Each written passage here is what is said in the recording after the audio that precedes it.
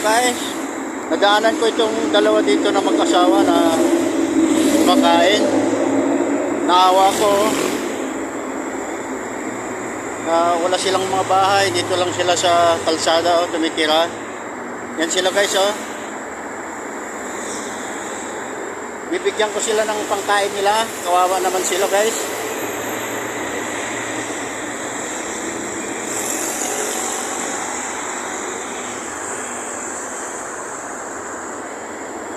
Ito guys, ibibigay ko sa kanila ito pangkain nyo para maano naman kayo, baka mamaya wala na kayong pambili ng pagkain nyo. Tago nyo yan Ingat kayo sa kalsada.